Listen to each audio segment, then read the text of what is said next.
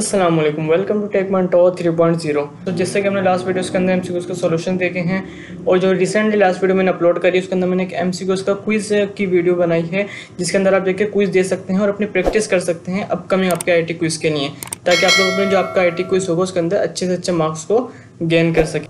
आज की इस वीडियो के अंदर हम 24 और 25 जुलाई के एमसीक्यूज़ के सॉल्यूशन देखने वाले हैं। So let's start.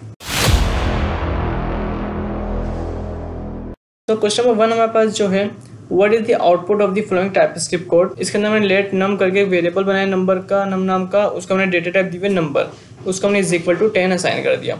उसके बाद हमने इफ एल्स की कंडीशन लगाई। यहाँ पे हमने इफ लगाया कि नम परसेंटेज डिवाइड बाई 2 यानी कि इज इक्वल टू 0। अगर तो हमारी परसेंटेज अगर तो हमारा जो 10 है वो डिवाइड होता है 2 से और उसका आंसर 0 आता है तो कंसोल में प्रिंट करा दें console.log में इवन। एल्स अदरवाइज अगर 0 नहीं आता तो आप क्या प्रिंट करा दें ओड। अब जैसे कि आपको पता है कि 10 जो है वो इवन नंबर है, अगर हम 10 को 2 से डिवाइड कराएंगे तो इवन हमारे पास आंसर आएगा। तो इसका जो करेक्ट ऑप्शन है वो है even. Okay, so next question जो हमारे पास है वो है identify the incorrect TypeScript statement. इसमें से हमें कोई इनकरेक्ट टाइपस्क्रिप्ट की स्टेटमेंट ढूंढनी है। ऑप्शन नंबर ए हमारे पास है लेट करके हमने एक नेम नाम का वेरिएबल बनाया, उसको हमने डेटा टाइप स्ट्रिंग दी भी है, उसको हमने असाइन भी स्ट्रिंग कर दी है। कॉमर्स के अंदर जो होता है स्ट्रिंग होता है। तो this is correct statement. Okay, so option number B अगर हम देखते हैं तो हमने कॉन्स्ट करके भी, आपको पता है कि हम वेरिएबल बनाते हैं, तो हमने इस वैलिड नाम का कॉन्स्ट करके वेरिएबल बनाया, उसको हमने डेटा टाइप बूलियन दी हुई है और हमने उसको असाइन भी क्या करा हुआ है, ट्रू असाइन करा है, बूलियन वैल्यू। तो ये भी करेक्ट है, इनकरेक्ट नहीं है। ऑप्शन नंबर सी अगर हम देखते हैं तो हमने लेट करके एज नाम का वेरिएबल बनाया, उसको हमने डेटा टाइप नंबर दी और हमने उसको असाइन क्या करा है 20, लेकिन कॉमास के अंदर करा हुआ है 20 यानी कि स्ट्रिंग।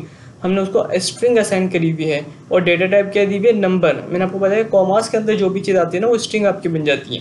सो ये इनकरेक्ट स्टेटमेंट है कि आप डेटा टाइप नंबर दे रहे हैं और उसको असाइन स्ट्रिंग कर रहे हैं। ओके, सो ये इसका करेक्ट ऑप्शन था। नेक्स्ट क्वेश्चन अगर हम देखते हैं तो what is the difference between arrow function and regular function.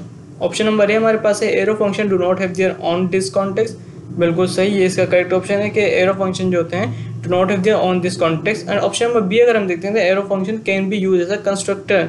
This is also correct option. Okay, कि एरो फंक्शन जो है वो कंस्ट्रक्टर के तौर पर भी यूज हो सकते हैं। एंड ऑप्शन नंबर सी हमारे पास है arrow function do not have parameters. ये रॉन्ग है, एरो फंक्शन का पैरामीटर्स क्योंकि होते हैं। And option number D arrow functions do not return values. तो एरो फंक्शन के पास रिटर्न वैल्यूज भी होती है। तो इसके जो करेक्ट ऑप्शन है वो है ऑप्शन नंबर 1 एंड 2।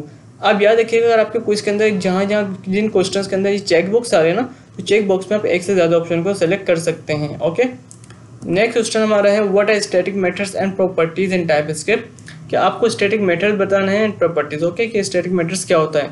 तो स्टैटिक मेथड जो होते हैं वो खुद पे काम करते हैं इटसेल्फ। तो जहाँ पे आप इटसेल्फ का वर्ड देखें जैसे class members that belong to the class itself rather than instance.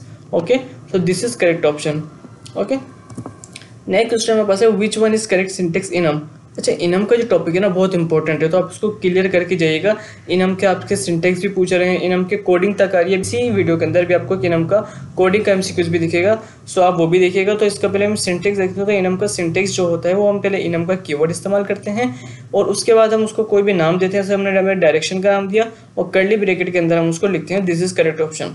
अगर ऑप्शन नंबर सी हम देखें ना तो इसके अंदर हमने इज इक्वल टू का यूज़ करा है, इस वजह से करेक्ट ऑप्शन नहीं है, क्योंकि इनम में ना इज इक्वल टू आता एंड ना ही कॉलम वगैरह कुछ भी हम यूज़ करते, डायरेक्ट कर्ली ब्रैकेट लगा के स्टार्ट कर देते हैं।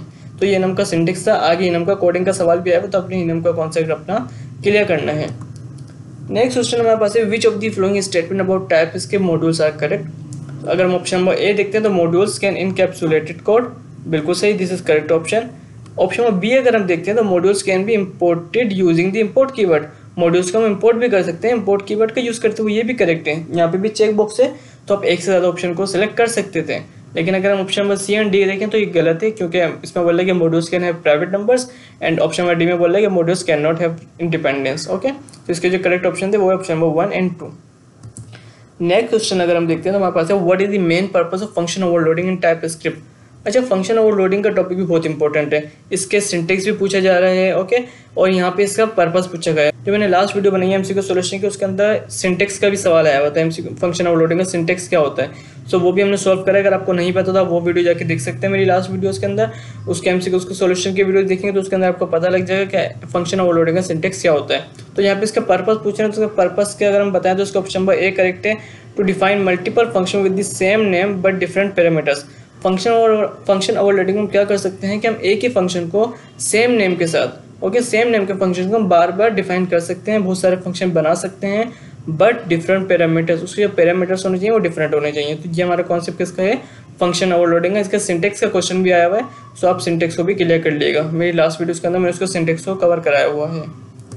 नेक्स्ट क्वेश्चन जो हमारे पास है, what is the output of the following TypeScript code. देखिए इनम का कोडिंग का सवाल आ गया, जैसे अभी इनम का सिंटेक्स पूछा था ना, इसी तरह इनम का कोडिंग का सवाल भी आया हुआ है। तो इसके अंदर क्या हुआ कि इनम कलर्स करके हमने एक इनम बनाया हुआ है, उसको हमने कर्ली ब्रैकेट से स्टार्ट करा डायरेक्ट, कोई कॉलन कोई इज इक्वल टू नहीं है, और हमने लिखा है रेड ग्रीन ब्लू, और कंसोल डॉट लॉग में हमने क्या प्रिंट करा है, कलर्स 1।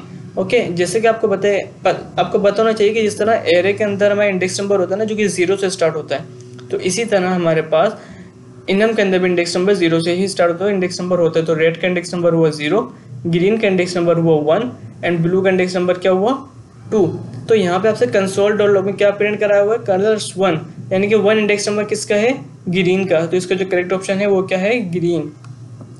ओके, सो ये मेरे पास चंद MCQs थे जिसके हमने सॉल्यूशन देखे।